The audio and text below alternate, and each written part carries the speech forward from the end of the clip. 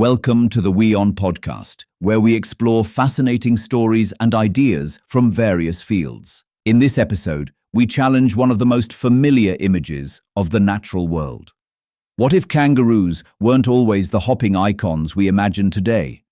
New fossil evidence is forcing scientists to rethink how these animals actually moved and what Australia once looked like.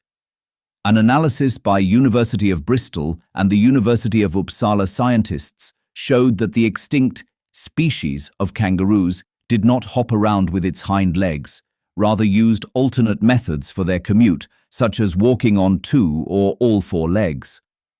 The researchers used fossil evidence and a new analysis of shin and ankle bone data to unveil the mystery behind the evolution of the species and how macropodidae moved around over the past 25 million years. According to the review published by the team of scientists, the hop of famous Qantas Airlines flying kangaroo that many people regard as the pinnacle of kangaroo evolution represents one of the many alternate ways these animals evolved to be successful in distinctive habitats. In fact, modern large hopping kangaroos are the exception in kangaroo evolution, says vertebrate paleontologist Christine Janis from the University of Bristol, lead author of the study. Large kangaroos were much more diverse as recently as 50,000 years ago, which may also mean that the habitat in Australia then was rather different from today.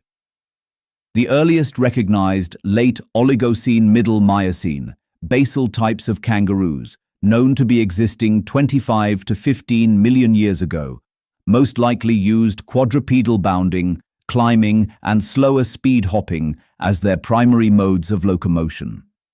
The scientists examined the weight-bearing shin bones and heel bones of kangaroos to demonstrate how the hop traits transformed over time. The research showed that the modern kangaroo's hopping was either rare or absent in all but a few lineages. Early macropodoids lived nearly 25 to 50 million years ago and were small and could bound, climb, and hop to some capacity. We want people to appreciate that large kangaroos were much more diverse as recently as 50,000 years ago, which may also mean that the habitat in Australia then was rather different from today.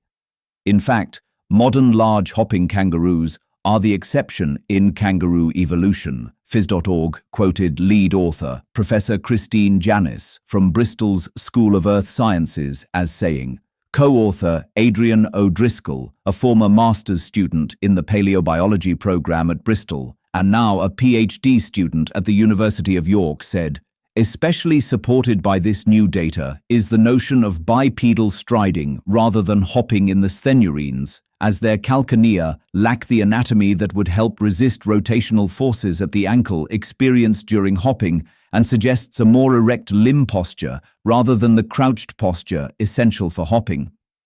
Professor Janis concluded, the assumption that increasing continent-wide aridity after the end of the Miocene selectively favored hopping kangaroos is overly simplistic. Hopping is only one of many gait modes employed by kangaroos both in the past and today, and the fast endurance hopping of modern kangaroos should not be regarded as some evolutionary pinnacle. What makes modern endurance hopping kangaroos appear so unusual is the geologically recent extinction of similar animals who moved in different ways. We are perhaps then in need of a rival Australian airline that covers shorter distances than Qantas and boasts a novel motif of a striding sthenurine. Thanks for tuning in to this incredible story. If this episode resonated with you, don't forget to hit the like and subscribe button for more captivating stories to come. Stay tuned.